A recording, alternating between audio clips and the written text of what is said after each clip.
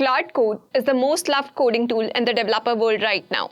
Engineers swear by it, teams are shipping faster than ever, and honestly, it deserves the love. But there is a problem nobody talks about until the invoice hits. Token consumption. It starts quietly, a few dollars a day, then a few hundred a month. Then suddenly it's not quite anymore. Microsoft recently cancelled Claude Code licenses across its Experiences and Devices division, the team that builds Windows, Microsoft 365, and Surface, because token-based billing ate through their entire annual AI budget in just a few months. Uber deployed Claude Code to 5,000 engineers and burned through its entire 2026 AI budget in 4 months, with individual engineers racking up anywhere from $5,000 to $2,000 a month. And the painful part? Most of those tokens were not doing useful work. A Stanford study found developers waste thousands of tokens every single day on stale chat history, bloated instruction files, and 8,000 line logs that Claude never actually needed to see.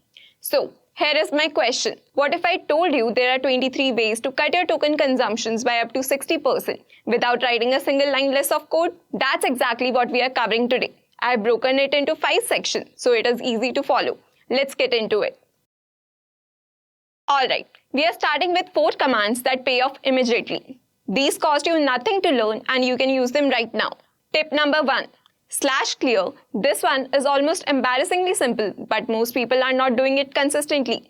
Every time you finish a task and move on to something new, clear the chart. All that debugging history from the last 2 hours? Gone. You start the next task with zero overhead dragging you down. And here is the thing, you don't lose anything permanently. Before you clear, just rename the session. Here is the command, /rename or debug with the date, /clear for the next command. Then, anytime you need to come back to it, use the command /resume. That's it. Fresh start, nothing lost. Now, /clear is great between tasks. But what if you are in the middle of something and you don't want to lose the thread? That's where /compact comes in. Compact summarizes your whole conversation, keeps what matters, and drops the noise without wiping your progress. You stay in context, you just stop paying for all the old exploration paths and repeated log outputs. Here is how to make it even smarter. Add this to your Claude.md so Claude knows exactly what to prioritize during compaction. When compacting, preserve the current task goal, files changed, commands run, failing tests and exact errors, decisions made. Drop only the old exploration paths and the repeated logs. Then just type /compact. Whenever the chart starts feeling heavy, think of it like decluttering a room while you are still working in it. The third command, /context. Run this before any large task and you will see exactly what is sitting in your context window right now. And I promise you, there is almost always something in there you forgot about. A file from 2 sessions ago, a massive log from a debug run. Something that's been quietly eating your budget this whole time. Make it a habit. Before you start anything expensive, check what's already loaded. And right alongside /context, run /usage. This shows your token spent for the current session. Takes 5 seconds and it's the only way to actually know what you are spending before you commit to a big task. Run both of these together before anything heavy. /context tells you what is loaded. /usage tells you what is already cost you. That's your baseline. One thing on monitoring, you can add a live status line to your terminal that shows context percentage in real time, so you are never caught off guard. /status line show model name and context percentage. Okay, 4 commands, 0 friction. Now let's go a level deeper. This next section is about stuff that costs you tokens before you even type your first prompt. It is quiet, it is constant, and most people have no idea it is happening. Every session you open, Claude reads your entire Claude.md file, every single line, whether those instructions are relevant to what you are doing or not.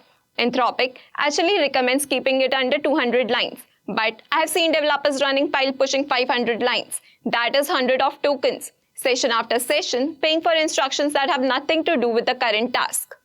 So, strip it back. Keep only the true essentials, like package manager, the app code. Do not edit generated files in src/. Package manager, test command, folder structure, what not to touch. That is genuinely all that needs to be in there.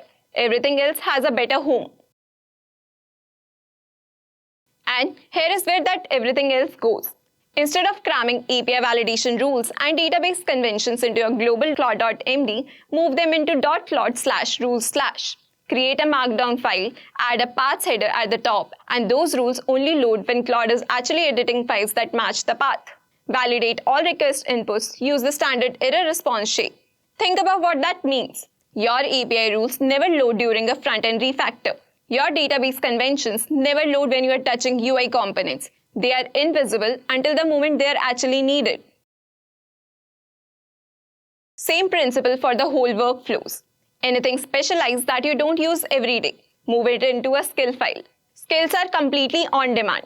They don't load at session start. Add disable model invocation, true, and they stay hidden until you explicitly call them. Now, here is the payoff. These three things together, like trimming Claude.md, scoping your rules, isolating skills, cut your baseline per session token cost before you have even typed anything. Every session becomes cheaper by default.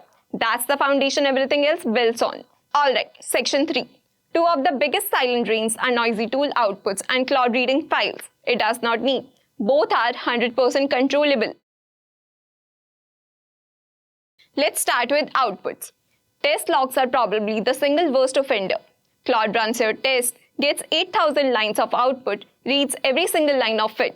Set a hard cap on how much bash output Claude can see. Use this particular command for that. That's it. One line. Claude still gets the information it needs. It just doesn't read the entire novel. Same idea for MCP servers. Tool outputs can flood your context just as fast as test logs. Cap them. Use this particular command. But honestly, even better than capping, filter first. Don't feed raw logs into Claude at all. Just extract the lines that actually matter. Use this particular command, pnpm test with the error log. Or, and this is the move, pipe that directly into Claude when you start a session. Now, Claude starts the conversation already knowing exactly what broke. No noise, no wasted reads, no let me run the test first overhead. You walk in and you fix the problem. On the input side, some folders should just be off limits. Build artifacts, logs, node modules. Claude doesn't need them and reading them is pure waste. Block them in settings.json. Can't read files. It has been denied. From its perspective, they don't exist. Problem solved. Last one in this section, and honestly one of the highest leverage things on the whole list. Vague prompts trigger full repo scans. Specific prompts don't. Compare these two. Fix the login bug. Whereas the login redirect fails. Start with the particular file. Only read files that are directly imported. Same problem, same ask. But the second version tells Claude exactly where to start and sets a boundary on what it should read. That one change cuts an enormous amount of unnecessary file reading. Every prompt you write is either a scope or an invitation to explore. Make it a scope. Okay, we are at section 4. Two things here that people consistently underuse. Model selection and subagents. Both are sitting right in front of you and both can make a meaningful dent. Opus is not the right tool for every job. Sonnet handles the vast majority of everyday coding tasks and costs a fraction of the price. Reserve Opus for genuinely complex architectural decisions, the stuff where you actually need that extra reasoning depth. For quick edits, drop to Haiku. Use this command. The output quality on simple tasks is essentially the same. The cost is not. Related to this, Claude has an effort setting. Use it /effort low for simple tasks, medium for standard coding, and max only when you genuinely need it. And for basic edits where extended thinking adds absolutely nothing, just disable it. Thinking tokens count as output tokens. If you're not getting value from them, you're just paying for Claude to think out loud. Now, this is the most underused technique on this entire list. When you have got a big investigation task, reading through logs, tracing a bug across multiple files, understanding an unfamiliar code base, most people just dump it all into the main chat. Don't. Use a subagent. Subagents do all the heavy reading in an isolated context. They come back with a clean summary. Your main session stays completely clean. Prompt it like this. The subagent does the dirty work. You get 4 bullet points back. Your main context barely moves.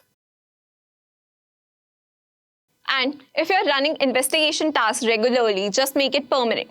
Create the agent definition at .claude/agent/investigator.md. And from that point on, you can just call that particular investigator. That's the whole command. Or use /agents inside Claude Code and let Claude generate the definition for you. It takes about 30 seconds.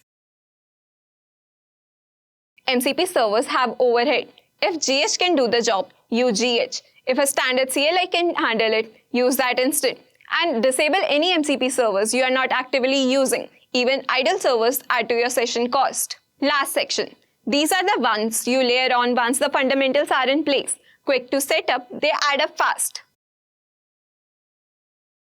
Claude auto-compacts at 95% by default. That means it waits until you are almost at the wall before it summarizes. Set it to 70 instead. Use this command. You are compact earlier, you stay lean throughout the session. You never hit the wall mid-task wondering why your responses are getting worse. For real, noisy workflows go down to 50. Before Claude starts writing anything, tell it how to check its own work. Give it the expected outputs, give it the exact test names to run. This kills the correction loop. You know, the one where Claude writes, runs, discovers a failure, rereads the code, retries and runs again. Each loop burning tokens on something that could have been avoided if the success criteria were clear from the start. Define done before you begin. It pays for itself immediately. If you're watching Claude work and you see it reading files that have nothing to do with the problem, stop it immediately. Interrupt, redirect, or rewind to a clean checkpoint. A bad path running to completion costs 10 times more than stopping it early. This one is less about a command and more about staying engaged. Don't set it and walk away. Hidden flags. Use with care. This drops the long tool descriptions from the base system prompt, which can be surprisingly expensive with Opus. Test it on your workflow before committing. Some tools rely on those descriptions, but when it works, it helps. If you use a custom Git workflow and the default Git instructions are just noise, you can strip them out entirely. Use this command. Only do this if you have actually got custom flows in place. But if you do, it's a clean way to shrink the baseline prompt. And the final one, for type languages, install a Code Intelligence plugin. These give Claude accurate symbol navigation so it can jump directly to the right file instead of reading through the whole project to find what it needs. Less reading, leaner context, faster sessions. It's a one-time setup that pays off every day. That's 23. And I want to be clear, you don't have to do all these today. That would be overwhelming and honestly unnecessary. Start with 3. Type /clear when you switch tasks. Trim your Claude.md down to what is actually essential and block your noisy folders in settings.json.